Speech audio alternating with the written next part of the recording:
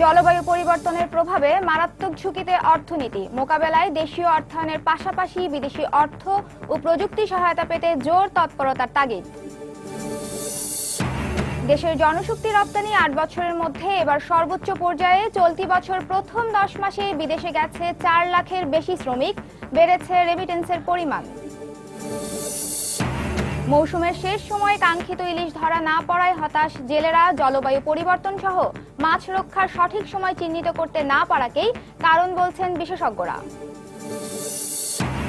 এবং চিনি বিক্রি না হওয়ায় মাসের পর মাস বাকি পড়ছে রাজশাহী সুগার মিলের কর্মচারীদের বেতন। বকেয়া টাকা না পাওয়ায় আখ চাষে আগ্রহ হারাচ্ছেন চাষিরা।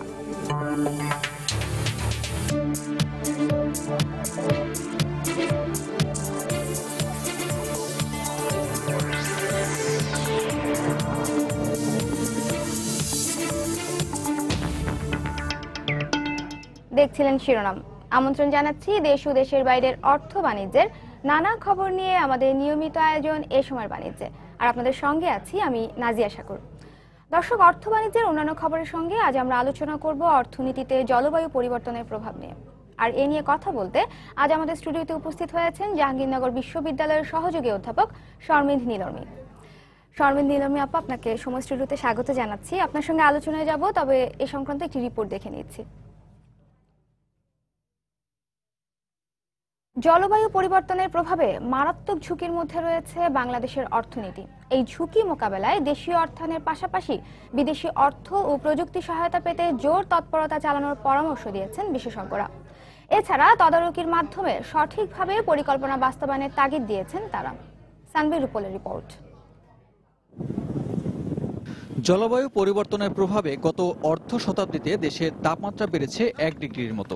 আগামী 50 বছরে যা 3 থেকে 4 ডিগ্রি পর্যন্ত বাড়তে পারে। এতে দেখা দিতে পারে বন্যা, নদী ভাঙন ও লবণাক্ততা। দেশের উপকূলীয় জেলায় জলোচ্ছ্বাস এবং উত্তরাঞ্চলে আছে অতি খরার ঝুঁকিতে। এতে খাদ্য উৎপাদন ব্যাহত হওয়া সহ শঙ্কা রয়েছে দরিদ্র জনগোষ্ঠী, অতি দরিদ্র এবং অতি দারিদ্র নিঃস্ব হওয়ার।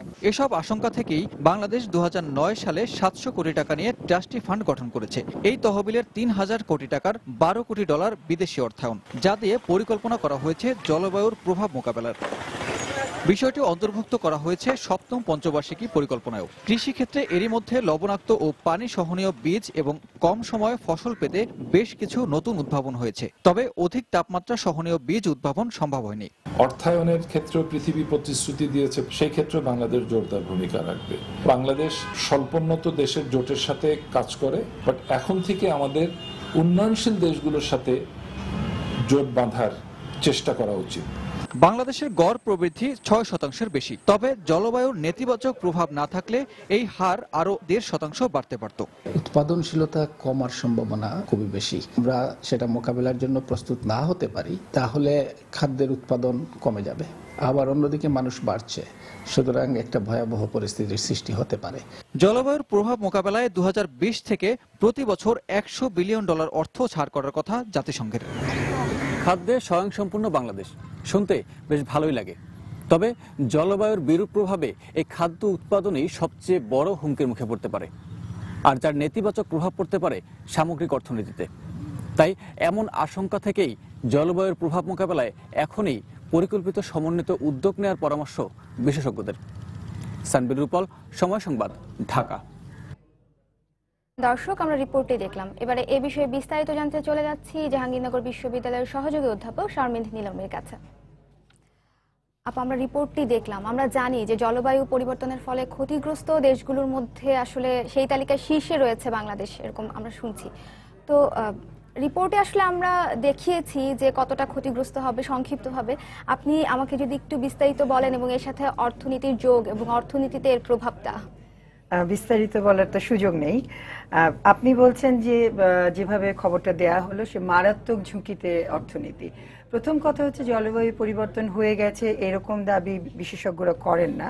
আমরা বলে থাকি যে জলবায়ু পরিবর্তন একটা দীর্ঘকালীন প্রক্রিয়া এবং জলবায়ুর বিভিন্নতা, যেটা ভিন্নতা বলি, ক্লাইমেট ভ্যারিয়েবিলিটি, সেটা আমরা লক্ষ্য করতে পারি। তো সেই সুবাদে যদি বলি, মারাত্মক শব্দটার একটা মাত্রা রয়েছে। হ্যাঁ, আপনি কতটা প্রস্তুত একটা ইভেন্ট মোকাবেলার জন্য, আপনার ঝুঁকি, আপনি যতটা প্রস্তুত থাকবেন তত আপনার ঝুঁকির মাত্রা কমে যাবে। আমার কাছে মনে হয় যে বাংলাদেশ যেই কলেবরের অর্থনীতি এখন ডিল করে, যে কলেবরের বাজেট আমাদের আছে এবং আমাদের ডোমেস্টিক মার্কেটে, অভ্যন্তরীণ মার্কেটে মানুষের ক্রয় ক্ষমতা যেভাবে বেড়েছে, তাতে করে আমাদের সক্ষমতার জায়গাটা বেশ খানিকটা এগিয়েছে। সুতরাং ঝুঁকি আমরা ভবিষ্যতে কিভাবে সমন্বিত উদ্যোগ নিতে পারছি এটা মোকাবেলা করবার জন্য তার উপরে নির্ভর করবে যে আমরা ঝুঁকিটা কতটুকু আছে। এটা খুবই সত্যি কথা যে জলবায়ুর ভিন্নতার, এই ক্লাইমেট ভ্যারিয়েবিলিটির কারণে আমাদের এগ্রিকালচার সেক্টর, যেটা আসলে প্রকৃতির উপর সবচেয়ে বেশি নির্ভরশীল, সেই নির্ভরশীলতার কারণে এই সেক্টরটা সবচেয়ে বেশি ঝুঁকির মধ্যে রয়েছে। তবে এই সেক্টর ছাড়াও আমাদের মৎস্য বলেন, আমাদের স্থাপনা বলেন, আমাদের মানুষের জীবন এবং জীবিকা বিভিন্নভাবে কিন্তু ঝুঁকির মধ্যে পড়তে পারে। এটার জন্য আপনি শুধুমাত্র জলবায়ু পরিবর্তনকে বললে হবে না, অন্যান্য যে উপাদানগুলো এই ঝুঁকির জন্য কাজ করে তার ভিতরে জলবায়ু পরিবর্তন এর উপরে এক ধরনের অ্যাডেড বা এর উপরে এক ধরনের বাড়তি চাপ তৈরি করবে বলে আমরা মনে করছি। এবং খাদ্য নিরাপত্তা নিশ্চিতভাবেই এখন খাদ্য প্রোডাকশন, উৎপাদন অর্থে নিরাপত্তা তেমন ঝুঁকিতে নেই, কিন্তু হ্যাঁ, দীর্ঘমেয়াদী চিন্তা করলে যে দিকে আমরা এগোচ্ছি, খাদ্যের উৎপাদনশীলতা এবং উৎপাদন ঝুঁকির মধ্যে পড়তে পারবে। আরেকটা জিনিস হচ্ছে, আপনি যদি বিভিন্ন, আমরা এটাকে বলি হচ্ছে এক্সট্রিম ওয়েদার ইভেন্ট, বা যখন আমরা বড় ধরনের দুর্যোগের মধ্যে পড়ি, আপনি যদি বড় ধরনের দুর্যোগ যে বছরে হয়েছে বাংলাদেশে, সেই সব বছরের জিডিপি এবং কৃষি জিডিপি যদি প্লট করেন, তাহলে দেখবেন যে সেই সমস্ত বছরগুলোতে আমাদের জিডিপি বেশ খানিকটা পড়ে গেছে। তো এখান থেকে ধারণা করা হয় এবং মনে করা হয় যে হ্যাঁ, এই ধরনের ক্ষেত্রে আমাদের অর্থনীতি এক ধরনের ঝুঁকির মধ্যে পড়বে। আপা, একটা জিনিস আমরা দেখি যে নর্মালি যেটা দেখি যে কোনো ঝড় বা কোনো বন্যা এটা আসলে একবারে চলে যায়, কিন্তু জলবায়ু পরিবর্তনের ফলে যে ক্ষতিটার কথা বলা হচ্ছে সেটা আসলে ধীরে ধীরে পড়বে। এটা দু ধরনের আছে। একটা আমরা বলি যে অতি দ্রুত যে সমস্ত বিষয়গুলো আসে, র্যাপিড অনসেট যেগুলোকে বলি, সেগুলোর মধ্যে এক্সট্রিম ওয়েদার ইভেন্টস বললাম যে ঝড় আছে, বন্যা আছে, খরা আছে। খরাটা আসলে অতি দ্রুতর মধ্যে পড়ছে না, কিন্তু খরাটাকে আমরা ম্যানেজ করে ফেলতে পারি। আপনি যদি সঠিক সময়ে আপনি যদি সেচ দেন, সঠিক সময়ে সার দেন, খরাটা কিন্তু একটা ম্যানেজ প্রবলেম, মানে এটা ম্যানেজ করা যায়। আর বন্যার ঝড়, এই যে বদ্বীপ, এখানে বন্যার সাথে শত সহস্র বছর ধরে আমরা বসবাস করে এসেছি, আমাদের কোনো সমস্যা ছিল না। যেটা হয়েছে, এই বন্যার প্রকৃতির মধ্যে পার্থক্য হওয়ার কারণে আমার যে আমন ধান বৃষ্টির পানির সাথে সাথে বেড়ে উঠতো এবং আমি অগ্রাণে এই ধানটা তুলতাম, এখন সে আর এই প্রকৃতিকে চিনতে পারে না, ফলে তার জন্য সমস্যা হয়ে যায়। তখন আমরা একটা ঝুঁকির মধ্যে এবং খাদ্যের উৎপাদনশীলতার মধ্যে সমস্যা দেখতে পাই। ফলে এই যে মানে এক ধরনের ধীরে ধীরে যে সমস্ত সমস্যাগুলো আসে, বলা হয়ে থাকে, যেমন ধরেন লবণাক্ততা একটা সমস্যা। লবণাক্ততা কতটা জলবায়ু পরিবর্তনের সাথে সম্পর্কিত এবং কতটা আমাদের শীতের মৌসুমে পানির প্রবাহ কমে যাওয়ার সাথে সম্পর্কিত, মানুষের ব্যবহারের অন্যান্য আচরণগত সমস্যার সাথে সম্পর্কিত, এটা নিয়ে কিন্তু বিজ্ঞানীদের মধ্যে বিভিন্ন ধরনের চিন্তা ভাবনা এবং বিশ্লেষণ রয়েছে।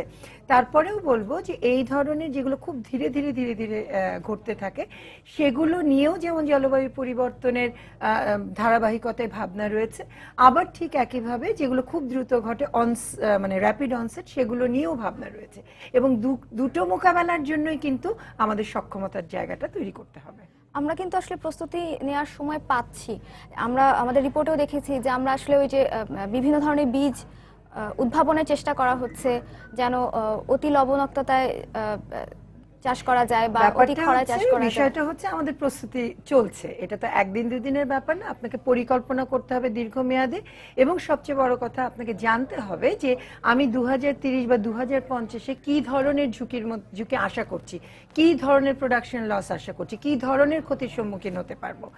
এটা শুধুমাত্র এটা এমনকি দেশীয় পর্যায়ের জন্য না, আমাদের যদি রিজিওনাল পর্যায়েও এই ধরনের প্রজেকশন বা প্রক্ষেপণ কিন্তু খুব সফিস্টিকেটেড মাত্রায় আছে এমনটা বলাটা কঠিন হবে। ফলে এটা অনেক কিছুর উপর নির্ভর করে, যেমন ধরেন প্যারিস জলবায়ু সম্মেলনে কি এগ্রিমেন্ট হবে কি হবে না, আমার কার্বন ডাই অক্সাইডের নির্গমন উন্নত দেশ হ্রাস কতটা করবে, কবে করবে, কোন মাত্রায় করবে, আমি আমার উন্নয়ন প্রক্রিয়ায় আমি মধ্য আয়ের দেশ হতে যাচ্ছি, আমি আমার উন্নয়ন প্রক্রিয়ায় কার্বন ডাই অক্সাইড নিঃসরণকে কিভাবে দেখব। ফলে কার্বন ডাই অক্সাইডের নিঃসরণ 2030-2050 কিভাবে ঘটবে, কনসেন্ট্রেশন কিভাবে হবে, তার উপরে নির্ভর করবে হচ্ছে আমার ঝুঁকির মাত্রা এবং ক্ষতির প্রভাব কতটা থাকবে। এই সমস্ত ধরে নিয়ে আমরা বলি যে অ্যাজাম্পশন করে নিয়ে আমাদেরকে সেই অনুযায়ী প্রস্তুতি নিতে হবে। এখন লবণ কতটা বাড়বে তার উপরে নির্ভর করবে হচ্ছে নির্ভর করবে শীতের সময়ে আপনার উপর থেকে পানি কতটা পাচ্ছি না পাচ্ছি, কতটা আমি চিংড়ি চাষের জন্য দিয়ে যাচ্ছি এবং কতটা কার্বন ডাই অক্সাইড আমি নির্গমন করে আকাশে পাঠিয়ে দিচ্ছি। এই সবকিছুর সন্নিবেশে আপনাকে অনুমান করতে হবে এবং তখন একজন সায়েন্টিস্ট কত মাত্রা লবণ সহিষ্ণুতার জন্য প্রস্তুতি নেবেন 2030 বা 2050 সেটা বের করা যাবে। অনেকগুলো অনুমতির উপরে কিন্তু এই বিষয়গুলো দাঁড়ানো, শুধুমাত্র আমাদের নিজেদের বিষয় না, এটার মধ্যে বৈশ্বিক এক ধরনের ডাইনামিক্স খুবই জোরালো। 25 সেপ্টেম্বর থেকে 9 অক্টোবর পর্যন্ত 15 দিন ইলিশ ধরার উপর নিষেধাজ্ঞা জারি করে সরকার। এ সময়ের পর ঝাঁকে ঝাঁকে ইলিশ ধরা দেবে এমন আশায় নদীতে জাল ফেলা থেকে বিরত থাকেন জেলেরা। তবে মৌসুমের শেষ সময়ে কাঙ্ক্ষিত ইলিশ ধরা না পড়ায় হতাশ তারা।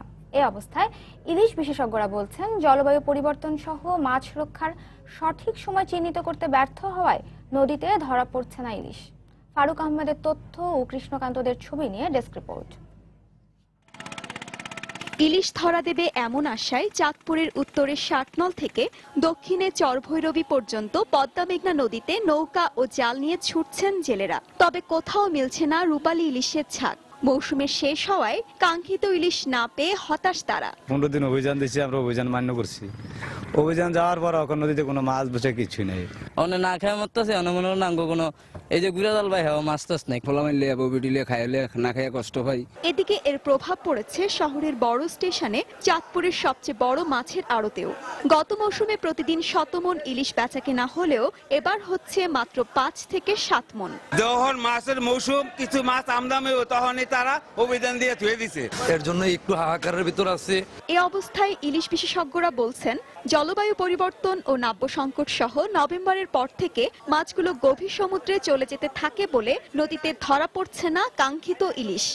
কার্তিকের মাঝামাঝি আসার পরের থেকে তাদের নদীতে আর তেমন তাদের উপস্থিতিই কমে যায়। নাব্যতা সংকট সহ এর সঙ্গে গ্লোবাল ক্লাইমেটিক চেঞ্জ, যেটা জলবায়ুগত পরিবর্তন, সেটারও কিছু প্রভাব রয়েছে। চাঁদপুরে 50,000 জেলে রয়েছেন আর তাদের পরিবারের সদস্য সংখ্যা প্রায় 2 লাখ। সময় সংবাদ, চাঁদপুর। দর্শক, আবারও ফিরছি জাহাঙ্গীরনগর বিশ্ববিদ্যালয়ের সহযোগী অধ্যাপক শারমিন নীলমির কাছে। আমরা কথা বলছিলাম অর্থনীতিতে জলবায়ুর পরিবর্তনের প্রভাব নিয়ে। আপা, বিরতির পর একটি রিপোর্ট দেখে আপনার কাছে ফিরলাম। আমরা দেখছিলাম ইলিশ নিয়ে একটি রিপোর্ট, যে নদীতে ইলিশ ধরা পড়ছে না, সেখানেও বলা হচ্ছে জলবায়ু পরিবর্তনের কারণেই। আসলে বাংলাদেশের মানুষ বোধহয় যারা দক্ষিণে এবং উত্তরে, তারাই মনে হয় সবচেয়ে বেশি ক্ষতিগ্রস্ত হবে বলে ধারণা করা হচ্ছে। তো এই যে তাদের ইলিশ ধরা পড়ছে না, বা এই যে জীবনযাত্রা আসলে একটা প্রভাব, যে কোনো একটা দুর্যোগের পরেই আসলে ওই ক্ষতিগ্রস্ত এলাকার মানুষজনের জীবনযাত্রায় যে প্রভাবটা পড়ছে, তারা দরিদ্র হচ্ছে বা সহায় সম্বলহীন হচ্ছে। তো আসলে এটাকে কিভাবে দেখছেন? এটাকে ইলিশ ধরা থেকে শুরু করি, একটু ইলিশ ধরা থেকে শুরু করি। ধরেন আপনাদের রিপোর্টেই আছে যে চাঁদপুর এলাকায় প্রায় 50,000 জেলের, 50,000-এর সাথে আপনি যদি জাতীয় অ্যাভারেজ 6 দিয়ে গুণ করেন, তাহলে প্রায় 3 লক্ষ মানুষের সাথে জড়িত, এই পরিবারগুলো জড়িত, জীবন এবং জীবিকা জড়িত। আমি জলবায়ু পরিবর্তনের প্রসঙ্গে প্রথমে আসি। ইলিশ নিয়ে কেন ভাবতে হবে? কারণ 3 লক্ষ মানুষের জীবন এখানে আছে, এছাড়াও আরো অনেক আছে। নদীর নাব্যতা, আপনি বিশেষজ্ঞ যিনি কথা বলেন, উনি বলেছেন যে নদীর নাব্যতার সংকট হচ্ছে একটা বড় ধরনের ব্যাপার। আরেকটা বিষয় হচ্ছে যে আমি যদি এখন বলি যে কার্তিক মাসের এই 10 দিন ধরা যাবে না, সেটা সঠিক সময় কিনা সেটা একটা গুরুত্বপূর্ণ বিষয়।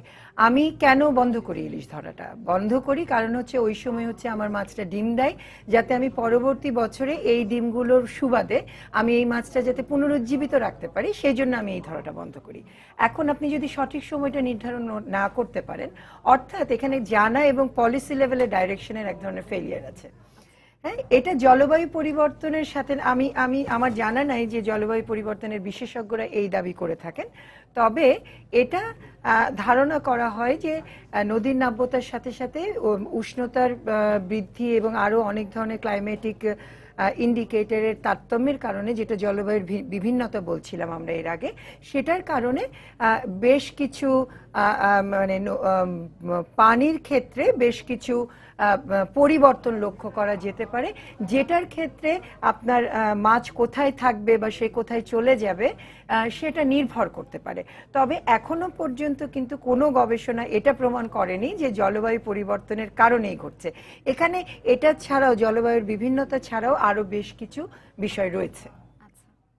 আমি ওই যে তাদের জীবনযাত্রার যে পরিবর্তনটা আসছে, সেটাকে আসলে কিভাবে মোকাবেলা করা যায়?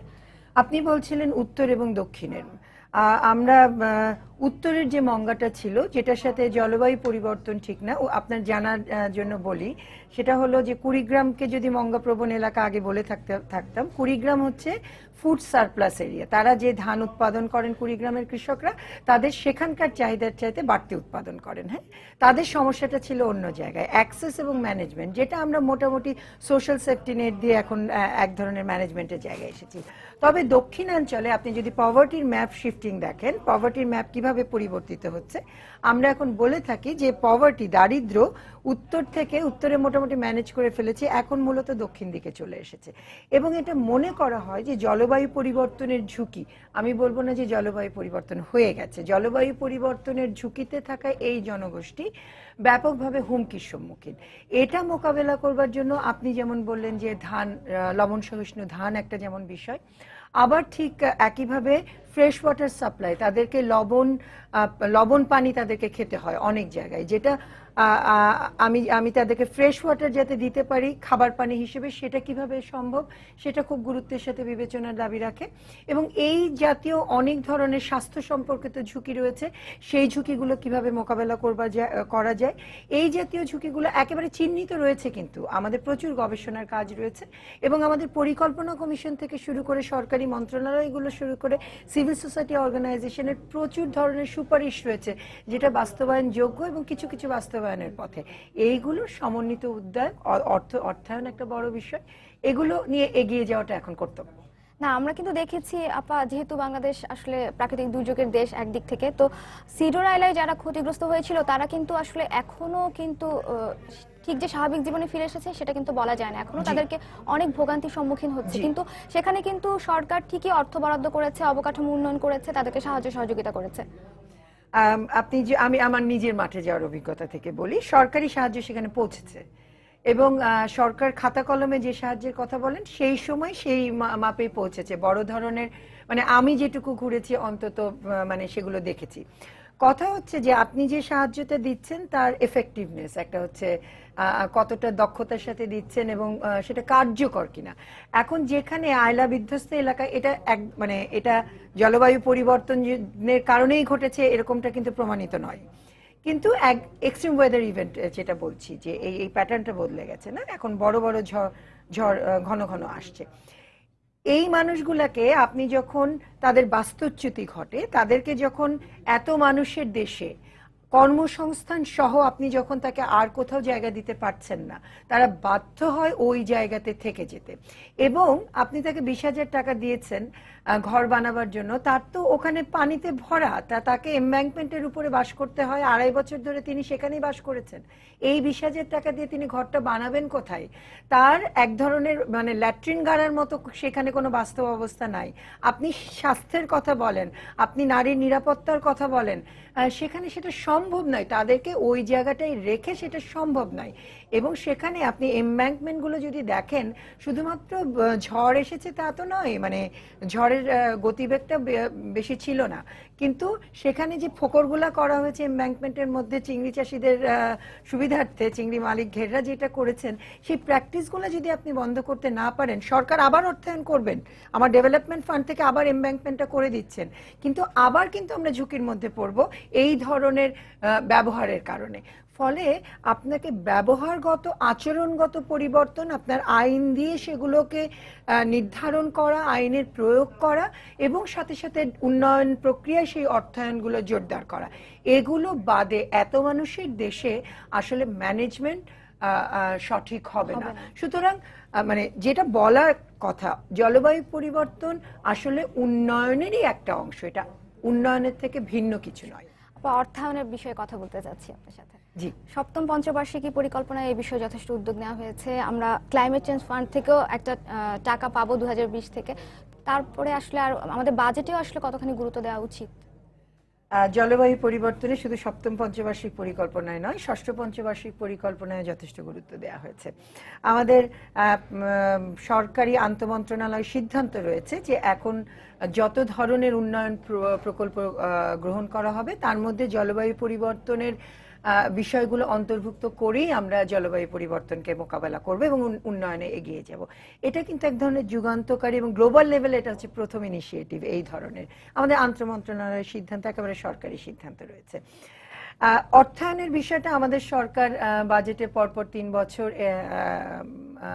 2008 থেকে খুব সম্ভব এটা বরাদ্দ রেখেছিলেন, অথবা 2009, আমি ভুলও করতে পারি। তবে ইদানিংকালে আলাদাভাবে বাজেট বরাদ্দ রাখা হয় না। তবে উন্নয়ন পরিকল্পনায় যদি আমরা সম্পৃক্ত করে দিতে পারি, সেটা আলাদাভাবে বাজেট বরাদ্দ রাখবার তেমন কোনো গুরুত্ব নেই। আপনি 2020-এর কথা যেটা বলেছেন সেটা কিন্তু গ্লোবাল ফান্ড, সেটা সরকারের নিজের অর্থায়ন না। বাংলাদেশে সরকার যে অর্থায়ন করছেন, সাধারণ মানুষ ভিটাটা উঁচু করে যে ধরনের বন্যা মোকাবেলা করেন, এই ধরনের অর্থায়ন আমরা জলবায়ু মোকাবেলার জন্য আলাদাভাবে কখনো টাইটেল করিনি, কিন্তু আমাদের ব্যাপক পরিমাণ অর্থায়ন রয়েছে এই ধরনের ঝুঁকি মোকাবেলা করবার জন্য। এটা এবং উন্নয়ন প্রক্রিয়ার মধ্যে দিয়েই আমরা করছি। আমাদের দেশীয় অর্থায়নের মধ্যে আমি যেটা বলতে চাই সেটা হচ্ছে যে উন্নয়ন পরিকল্পনা কিভাবে জলবায়ু সহিষ্ণু করা যায়, এই দুর্যোগ সহিষ্ণু করা যায়, সেগুলোর জন্য দেশীয় অর্থায়ন যেমন প্রয়োজন, ঠিক তেমনিভাবে আমাদের ইউএন যে জলবায়ু পরিবর্তন কাঠামো সনদ রয়েছে, UNFCCC প্রসেস রয়েছে, সেখানে আন্তর্জাতিক সহায়তার কথা বলা হয়েছে। এতদিন পর্যন্ত আমরা বলে এসেছি, আমাদের প্রধানমন্ত্রী একদম সংসদে দাঁড়িয়ে এবং আন্তর্জাতিক সম্মেলনে বলে এসেছেন যে পুরোটাই হতে হবে আমাদের সাহায্য যেগুলো আমরা এতদিন পেয়ে এসেছি, ডেভেলপমেন্ট সাহায্য, তার অতিরিক্ত নিউ অ্যান্ড অ্যাডিশনাল, এবং আমরা গ্র্যান্ট হিসেবে চাই প্রতিটা টাকা জলবায়ু পরিবর্তনের মোকাবেলার জন্য। ইদানিংকালে আমাদের অর্থমন্ত্রী বলেছেন যে ঋণ হিসেবে আমরা নিতে পারি, তবে এখানে গুরুত্ব মানে এটার একটা মাত্রাগত পার্থক্য আছে। আমরা ঋণ হিসেবে সেটুকুই নিতে চাই যেটা গ্লোবাল কমন্সের জন্য আমি নির্গমন বা প্রশমনের জন্য, মিটিগেশনের জন্য কাজ যখন আমি করতে চাই। মিটিগেশন কিন্তু আমার দায়িত্বের মধ্যে পড়ে না, কিন্তু আমি গ্লোবাল কমন্সের কাছে রেসপন্সিবল। আমি কমিট করেছি আমার ষষ্ঠ পঞ্চবার্ষিক এবং সপ্তম পঞ্চবার্ষিক পরিকল্পনায় যে আমার ডেভেলপমেন্ট পাথওয়ে এমনভাবে আমি সাজাবো যাতে আমার নির্গমন আমি কমাতে পারি। এই জন্য প্রযুক্তির যে সাহায্য, এই জন্য যে অর্থায়ন, তার একটা অংশ দাতা বলবো না আমি, উন্নয়ন সহযোগীদের কাছ থেকে এবং উন্নত দেশ যারা জলবায়ু পরিবর্তনের জন্য দায়ী বলে নিজেদেরকে চিহ্নিত করেছেন, কাঠামো সনদে চিহ্নিত রয়েছে, তাদের দায়িত্ব বর্তায় এটাকে ফ্যাসিলিটেট করা, কিছুটা লোন হিসেবে, কিছু সহজ শর্তে এবং বাকিটা বেশ খানিকটা গ্র্যান্ট অর্থে। ফলে এই ধরনের এখন অর্থায়নের ডাইনামিক্সটাই বদলে গেছে। তবে অ্যাডাপ্টেশন বা অভিযোজনের যে অর্থায়ন, সেটা পুরোটাই আসলে দেশীয় অর্থায়ন এবং বাদবাকিটা একেবারে গ্র্যান্ট হিসেবে আসতে হবে, সেখানে লোনের কোনো সুযোগ নাই এবং এটা আমাদের দাবি। আপা, আপনাকে অনেক ধন্যবাদ। আমরা আলোচনার একেবারে শেষ পর্যায়ে চলে এসেছি, আমাদেরকে সময় দেওয়ার জন্য ধন্যবাদ। নানা প্রতিবন্ধকতা এবং অপপ্রচারের পরও দেশের জনশক্তি রপ্তানি গত 8 বছরের মধ্যে এবার সর্বোচ্চ পর্যায়ে পৌঁছেছে। চলতি বছরের প্রথম 10 মাসে বাংলাদেশ থেকে বিদেশে গেছে 4,23,000 শ্রমিক। এর মধ্যে বন্দরনগরী চট্টগ্রামের রয়েছে 25,000 শ্রমিক।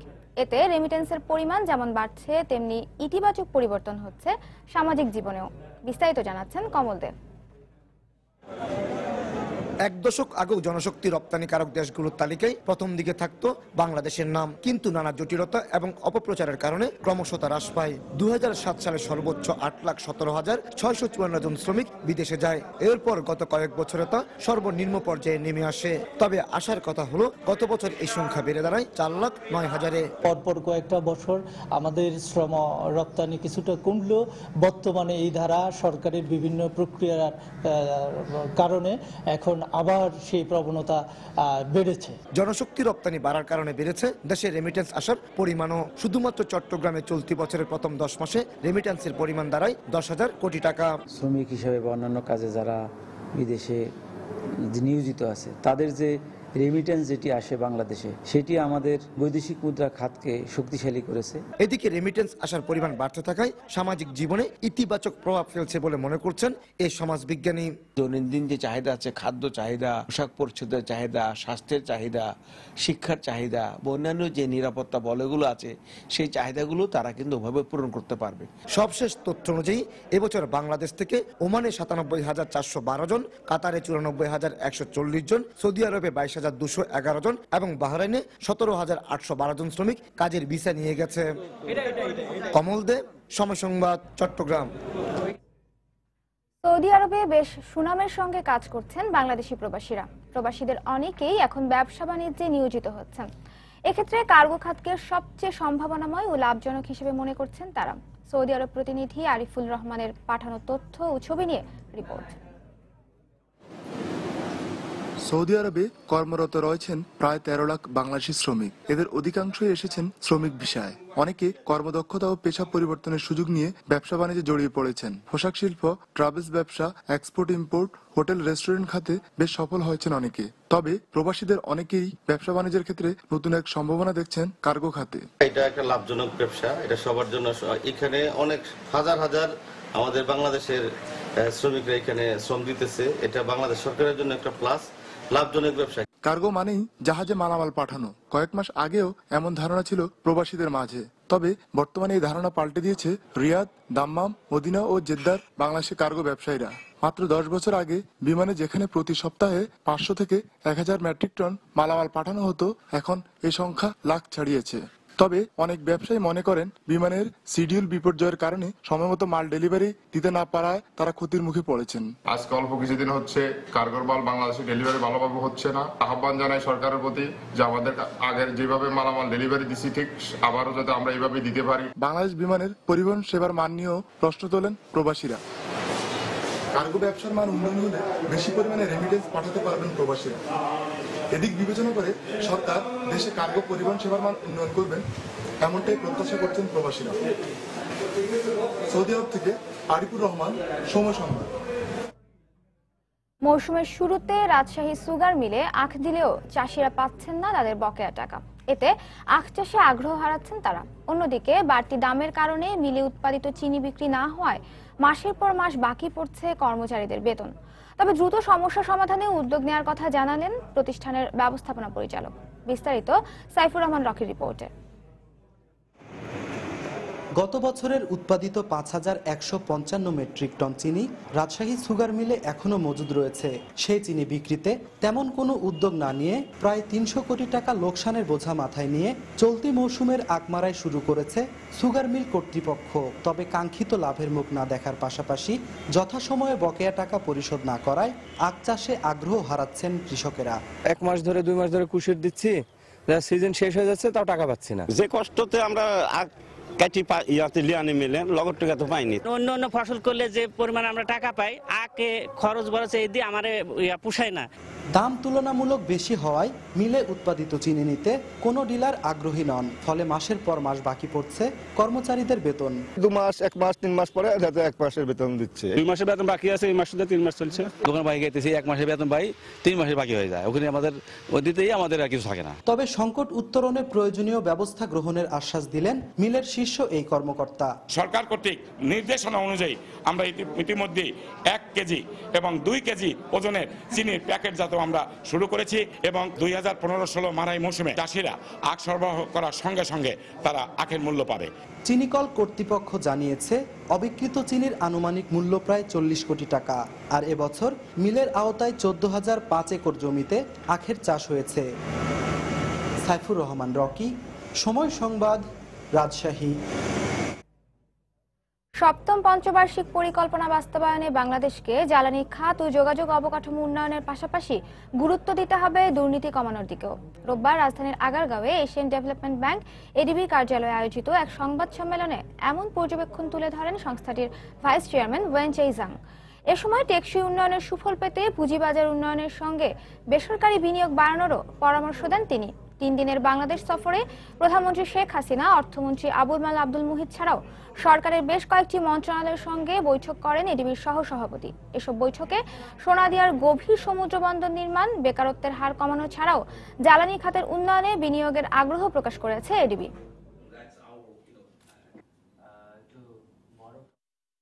It can really help connect the country with the neighboring countries.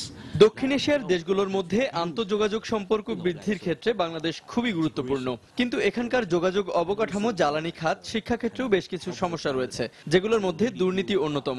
এখনই এ বিষয়ে কার্যকর পদক্ষেপ না নেওয়া হলে সপ্তম পঞ্চবার্ষিকী উন্নয়ন পরিকল্পনা শুরুতেই হোঁচট খেতে পারে। যদিও এসব ক্ষেত্রে বাংলাদেশকে সব ধরনের সহযোগিতা করতে আগ্রহী ADB. Very pleased to be, one of the, important. Share বাজারে ব্যাংকগুলোর সর্বোচ্চ বিনিয়োগ সীমা 25% নামিয়ে আনার সময় আরো 2 বছর বাড়ানো হবে বলে জানিয়েছেন অর্থমন্ত্রী আবুল মাল আব্দুল মুহিত। রোববার বাংলাদেশ উন্নয়ন ফোরামের বৈঠক শেষে অর্থনৈতিক সম্পর্ক বিভাগ কার্যালয়ে এ কথা বলেন তিনি। বিভিন্ন দাতা গোষ্ঠীর সাথে দেশের উন্নয়নের বিভিন্ন বিষয় নিয়ে আলোচনা হয় বলেও জানান তিনি। এ সময় বর্তমান সরকারের নেওয়া অগ্রাধিকারমূলক প্রকল্পসমূহের অর্থায়ন ও বাস্তবায়ন নিয়েও আলোচনা হয় বলে জানান অর্থমন্ত্রী। দেশের বাজেট যেভাবে বাড়ছে তার সাথে সঙ্গতি রেখে অর্থ সংস্থান বাড়াতে দাতা গোষ্ঠীর সাথে আলোচনা হয়েছে বলেও জানান অর্থমন্ত্রী।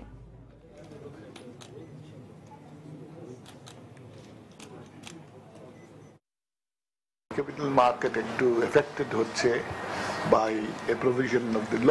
আমরা ওই লটা অ্যামেন্ড করছি in order to extend this period, কেন এটা একটা ক্রাইসিসের প্যানিকের মতো সৃষ্টি করেছে। আমরা এটা এক্সটেন্ড করে দেব। সো আই থিঙ্ক আমার প্রপোজাল হবে 2 বছরের জন্য এক্সটেন্ড করে দেব। Asian development bank after they found more resources by combining soft fund and the normal fund, আমাদের এখানে এক্সপোজার অনেক বাড়িয়েছে। আমাদের যে ডিম্যান্ড সেখানে এখন ওই ছোট ছোট লোনে আমাদের হয় না। দর্শক, সমসাময়িক বিষয় নিয়ে সচিবালয়ের সংবাদ সম্মেলনে বক্তব্য রাখছেন তথ্যমন্ত্রী হাসানুল হক ইনু। আমরা সরাসরি সেখানে চলে যাচ্ছি। জঙ্গিবাদ, সন্ত্রাসবাদের বিরুদ্ধে সরকারের রাজনৈতিক ও প্রশাসনিক অবস্থান অত্যন্ত স্পষ্ট। সরকার সাংবিধানিক প্রক্রিয়া ও গণতন্ত্রকে ঊর্ধ্বে তুলে ধরেই দেশ শাসন করছেন। সন্ত্রাসবাদ, অন্তর্ঘাত, নাশকতা, সহিংসতার বিরুদ্ধে পদক্ষেপ নেওয়া গণতান্ত্রিক শক্তি বা গণতন্ত্রের উপর আক্রমণ নয়। দেশে যে গণতান্ত্রিক প্রক্রিয়া সমুন্নত আছে বলেই জনাব মওদুদ আহমেদ স্বাধীনভাবে যা ইচ্ছা তাই বলতে পারছেন এবং তা প্রকাশিত ও প্রচারিত হচ্ছে। জনাব মওদুদ আহমেদ বলেছেন, দেশের সন্ত্রাস, উগ্রবাদ ও জঙ্গিবাদ দমনের 2টি পথ খোলা আছে। একটি হলো অবিলম্বে একটি অবাধ, সুষ্ঠু ও নিরপেক্ষ নির্বাচনের মাধ্যমে দেশে গণতান্ত্রিক পরিবেশ ফিরিয়ে আনা। 2, দেশের সব গণতান্ত্রিক রাজনৈতিক সংগঠনকে ঐক্যবদ্ধ করে সন্ত্রাস ও জঙ্গিবাদকে দমন করা। জনাব মওদুদ আহমেদের বক্তব্যের জবাবে আমাদের বক্তব্য সুস্পষ্ট। সংবিধান ও আইন অনুযায়ী জাতীয় নির্বাচন থেকে শুরু করে স্থানীয় সরকার সমূহের নির্বাচন নির্ধারিত সময়ে অনুষ্ঠানের বাধ্যবাধকতা রয়েছে। সরকার বা কেউই নির্বাচন অনুষ্ঠানে বাধা দেওয়ার ক্ষমতা রাখে না বা এখতিয়ার রাখে না। বিএনপি ইচ্ছামতো নির্বাচনে অংশগ্রহণ বা বর্জন করছে। বিএনপি নির্বাচনে অংশগ্রহণ না করলে বা নির্বাচনে অংশ নিয়ে পরাজিত হলেই নির্বাচন নিয়ে প্রশ্ন তোলা হচ্ছে। বিএনপির নির্বাচনে অংশগ্রহণ আর জয়ী হওয়াটাই কি গণতন্ত্র বা নির্বাচনের সমর্থক কিনা? বরং এটা স্পষ্ট নির্বাচন বিএনপির আসল এজেন্ডা না। তারা নির্বাচনের দাবির আড়ালে জলঘোলা করে অস্বাভাবিক পরিস্থিতি তৈরি করে দেশকে সংবিধানের বাইরে ধাক্কা মেরে ঠেলে দিয়ে অস্বাভাবিক সরকার ক্ষমতায় আনতে চায়। তাই ৮ সালের পর থেকে বিএনপি অস্বাভাবিক রাজনীতির পথ গ্রহণ করেছে। বিএনপি নিজেই গণতান্ত্রিক রাজনীতির পথ ছেড়ে সন্ত্রাস, নৈরাজ্য, অন্তর্ঘাত, নাশকতা, সহিংসতার পথ বেছে নিয়েছে। প্রিয় বন্ধুরা, বিএনপি এই নির্বাচনে অংশগ্রহণ করলে গণতন্ত্র থাকে বা বর্জন করলে গণতন্ত্র যায়, এই কথাটার সঙ্গে আমরা একমত না। নির্বাচন এবং গণতন্ত্রর পরিবেশ বজায় থাকলে জঙ্গিবাদ, উগ্রবাদের উত্থান হয় না, এই কথাটাও সঠিক নয়। প্যারিসের ফ্রান্সের ঘটনা দৃষ্টান্ত স্বরূপ। সেখানে কোনো গণতন্ত্রের ঘাটতি নেই, সেখানে সবাই নির্বাচন অংশগ্রহণ করেন, কিন্তু ভয়াবহ উগ্রবাদীদের আক্রমণ ওখানে ঘটেছে। আমি সেই প্রসঙ্গে না যে আমি খালি আপনাদের স্মরণ করাতে চাই 91 সালের নির্বাচনের মধ্য দিয়ে যখন সরকার এবং দেশ নির্বাচনী প্রক্রিয়া এবং গণতান্ত্রিক প্রক্রিয়ায় যাত্রা শুরু করলো, বেগম খালেদা জিয়া 91 সালের পর থেকে নির্বাচনে অংশগ্রহণ করেছেন, পার্লামেন্টে ছিলেন এবং সরকার পরিচালনা করেছেন, কখনো বিরোধী দলে অবস্থান নিয়েছেন। সরকারে যখন থাকে, অর্থাৎ বিএনপি যখন সরকারে থাকে, তখন উগ্রবাদ, জঙ্গিবাদ হয় না, এই কথাটা ঠিক না। 2001 থেকে 6 সালের যদি ঘটনা আপনি দেখেন, তাহলে আমি আপনাদের বলবো যে সরকারের প্রত্যক্ষ পৃষ্ঠপোষকতায় 500 জায়গায় বোমা হামলার ঘটনা, আদালতে বোমা, মাজারে বোমা, উদিচির বোমা, রমনা বটমূলে বোমা, শহীদ মিনার ভাঙা, 21শে আগস্টের মতন গ্রেনেড বর্ষণ ও ভয়াবহ ও হামলার মধ্য দিয়ে 23 জনের মতন নেতা নেত্রীকে হত্যা এবং শেখ হাসিনাকে হত্যার প্রচেষ্টা, 10টা কষ্টের ঘটনা, এর সবই কিন্তু বিএনপি ক্ষমতায় থাকার সময় হয়েছে। উপরন্তু সেই সময় প্রশাসন এবং পুলিশ প্রশাসনের প্রত্যক্ষ পাহারায় উত্তরবঙ্গে, রাজশাহী সহ বিভিন্ন জায়গায় বাংলা ভাইয়ের সশস্ত্র মহড়াও আপনারা দেখেছেন। যখন ক্ষমতার বাইরে থাকে বিএনপি তখন নাশকতা, অন্তর্ঘাত, ফিস প্লেট খুলে ট্রেন ফেলে দেওয়া, চলন্ত বাসে আগুন ধরিয়ে দেওয়া, প্রশাসনের স্থাপনার উপরে হামলা করা, এইসব ঘটনা ঘটেছে। এটা আমরা কোনো কাল্পনিক কথা বলছি না। হাতে নাতে যারা ধরা পড়েছে, প্রত্যক্ষভাবে ঘটনাস্থল থেকে ধরা পড়েছে যারা, অকুস্থল থেকে যারা ধরা পড়েছে, তাদের পরিচয় এবং গণমাধ্যমের রিপোর্ট অনুযায়ী এটা পরিষ্কার যে বিএনপি জামাত চক্র এবং যুদ্ধ অপরাধী উগ্রবাদী চক্র বাংলাদেশে নাশকতা, অন্তর্ঘাত, জঙ্গিবাদের প্রত্যেকটা ঘটনার সঙ্গে জড়িত। দর্শক, সচিবালয়ে বক্তব্য রাখছেন তথ্যমন্ত্রী হাসানুল হক ইনু। আমরা এতক্ষণ সরাসরি সেই বক্তব্য শুনছিলাম। পরের খবরে যাচ্ছি। আইটি, টেলিকম ও ম্যানুফ্যাকচারিং সহ বিভিন্ন সেবা খাতে চাকরির বাজার বাড়ছে বাংলাদেশে। এক্ষেত্রে পত্রিকায় বিজ্ঞপ্তি দেওয়ার চেয়ে বিভিন্ন জব সাইট আয়োজিত চাকরি মেলায় সিভি সংগ্রহ ও সরাসরি ইন্টারভিউর মাধ্যমে যোগ্য প্রার্থী বেছে নিচ্ছে প্রতিষ্ঠানগুলো। এদিকে এ ধরনের আয়োজন নবীনদের পাশাপাশি অভিজ্ঞদেরও ক্যারিয়ার তৈরির সুযোগ করে দিচ্ছে বলে জানিয়েছেন আয়োজকরা। হাতে লিখে বা কম্পিউটারে কম্পোজ করে জীবন বৃত্তান্ত নিয়ে ঘুরে ঘুরে চাকরি খোঁজার প্রবণতা দিন দিন কমতির দিকে। দেশীয় ও বহুজাতিক প্রতিষ্ঠানগুলো দক্ষ কর্মী নির্বাচনে এখন দ্বারস্থ হচ্ছে বিভিন্ন জব সাইটের। পাশাপাশি গতানুগতিক বিজ্ঞাপন দিয়ে কর্মী নিয়োগের জটিলতা এড়িয়ে জব ফেয়ারকে বেছে নিচ্ছেন চাকরিদাতারা। রাওয়া ও জবসবিডের উদ্যোগে আয়োজিত দুদিনেরই এমনই এক ক্যারিয়ার ফেস্টে পছন্দ অনুসারে সিভি সংগ্রহ ও সাক্ষাৎকারের মাধ্যমে যোগ্য কর্মী বাছাই করতে পেরে খুশি চাকরিদাতারা। আমরা এইচআর ডিপার্টমেন্টে এন্ট্রি লেভেল এবং মিড লেভেলে আমরা চাকরি প্রত্যাশী খুঁজছি। 12 থেকে 1300 আমরা সিভি পেয়েছি। এরা সবাই ক্যাপাবল এবং অনেক ফ্রেশ গ্রাজুয়েট আসছে। আমরা আশাবাদী যে তাদের থেকে আমরা ভালো কিছু পাবো ইন ফিউচারে। আমরা পার্টিসিপেট করে সিভি ব্যাংকটা আমাদের হাই হচ্ছে, অ্যাজ ওয়েল অ্যাজ আমরা ফ্রেশার পাচ্ছি, এক্সপেরিয়েন্স পাচ্ছি। এদিকে কোনো সুপারিশ ছাড়া সরাসরি নিয়োগকারীদের সাথে যোগাযোগ ও ইন্টারভিউ দেওয়ার সুযোগকে ইতিবাচকভাবে তুলে ধরেন চাকরি প্রার্থীরা। নবীনদের পাশাপাশি উচ্চ পদের চাকরি প্রার্থীদেরও দেখা যায় ক্যারিয়ার ফেস্টের শেষ দিনে। এখন আমি বিজনেস ডেভেলপমেন্ট আর মার্কেটিং সেকশনটা দেখছি একটা কোম্পানিতে, তো আমি চিন্তা করছি এখানে এসেছি আরো ভালো পজিশনের জন্য। তো অনেক জায়গা থেকে ডাকে না রেফারেন্স ছাড়া, তো এই রেফারেন্সের ঝামেলাটার জন্য সমস্যার জন্য আমি এই জব ফেয়ারে অ্যাটেন্ড করা। সিভি ড্রপ করার পরে এই যে পরের দিন আমার একটা কল আসছে আজকে একটা গ্রুপে আপনার ইন্টারভিউ দেওয়ার জন্য। যারা এমপ্লয়মেন্ট সৃষ্টি করছে তারা একসঙ্গে অনেকগুলো একই ছাদের নিচে পাওয়া যাচ্ছে। আয়োজকরা জানান ক্যারিয়ার ফেস্টে অবসরপ্রাপ্ত সামরিক কর্মকর্তা, বিশ্ববিদ্যালয় পাস শিক্ষার্থী সহ 50,000 চাকরি প্রার্থী অংশ নিয়েছে। ক্যারিয়ার ফেস্টের আমরা দুটি মেইন জিনিস রেখেছি, যে রাইট এমপ্লয়ার যেন রাইট ক্যান্ডিডেটকে সহজে দেখতে পায় এবং সরাসরি কথা বলতে পারে, এবং রাইট ক্যান্ডিডেটও কিন্তু যাদের সরাসরি এমপ্লয়ারের সাথে যোগাযোগ স্থাপন করতে পারে। Bank, telecom, IT, RMG, real estate ও ম্যানুফ্যাকচারিং সহ বিভিন্ন খাতের 70টি প্রতিষ্ঠান নানা ক্যাটাগরিতে চাকরির অফার নিয়ে এই ফেস্টে অংশ নেয়। হাজিরা শিউলি, সময় সংবাদ, ঢাকা। রাজধানীর মিরপুরে চালু হয়েছে দেশীয় পণ্য নির্মাতা প্রতিষ্ঠান বালচানের পরিবেশক শোরুম ইন্টারঅ্যাক্টিভ ইলেকট্রনিক্স। রোববার শোরুমটি উদ্বোধন করেন জনপ্রিয় চলচ্চিত্র অভিনেতা ইলিয়াস কাঞ্চন। এ সময় বালচানের নির্বাহী পরিচালক হুমায়ুন কবির জানান, শোরুমটিতে আধুনিক প্রযুক্তি সম্পন্ন ইলেকট্রনিক্স, অটোমোবাইল এবং গৃহস্থালী পণ্য সামগ্রী পাবেন গ্রাহকরা। এক্ষেত্রে মূল্য ছাড়, উপহার সামগ্রীর পাশাপাশি পণ্য ক্রয়ে কিস্তি সুবিধাও দেওয়া হবে বলে জানানো হয় প্রতিষ্ঠানটির পক্ষ থেকে।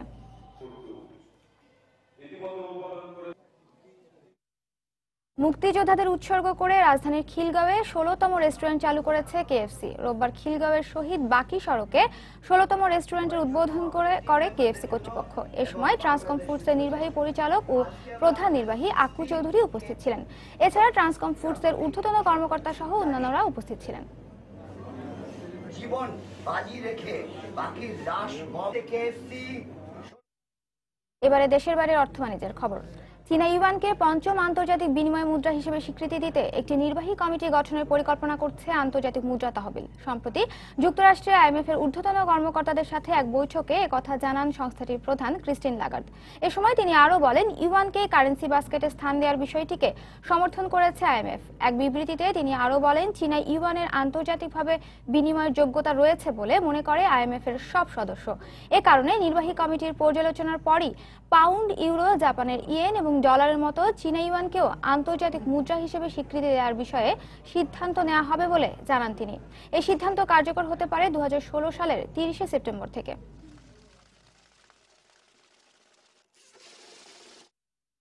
আবারও জানিয়ে দিচ্ছি এই সময়ের বাণিজ্যের শিরোনামগুলো। জলবায়ু পরিবর্তনের প্রভাবে মারাত্মক ঝুঁকিতে অর্থনীতি মোকাবেলায় দেশীয় অর্থায়নের পাশাপাশি বিদেশি অর্থ ও প্রযুক্তি সহায়তা পেতে জোর তৎপরতার তাগিদ। দেশের জনশক্তি রপ্তানি 8 বছরের মধ্যে এবার সর্বোচ্চ পর্যায়ে। চলতি বছর প্রথম 10 মাসে বিদেশে গেছে 4 লাখের বেশি শ্রমিক, বেড়েছে রেমিটেন্সের পরিমাণ। মৌসুমের শেষ সময়ে কাঙ্ক্ষিত ইলিশ ধরা না পড়ায় হতাশ জেলেরা। জলবায়ু পরিবর্তন সহ মাছ রক্ষার সঠিক সময় চিহ্নিত করতে না পারাকেই কারণ বলছেন বিশেষজ্ঞরা। এবং চিনি বিক্রি না হওয়ায় মাসের পর মাস বাকি পড়ছে রাজশাহী সুগার মিলের কর্মচারীদের বেতন। বকেয়া টাকা না পাওয়ায় আখ চাষে আগ্রহ হারাচ্ছেন চাষিরা। এই ছিল সময়ের বাণিজ্যে। যে কোনো খবর পেতে ভিজিট করুন সময়নিউজ.tv। সঙ্গে থাকুন সময়ের।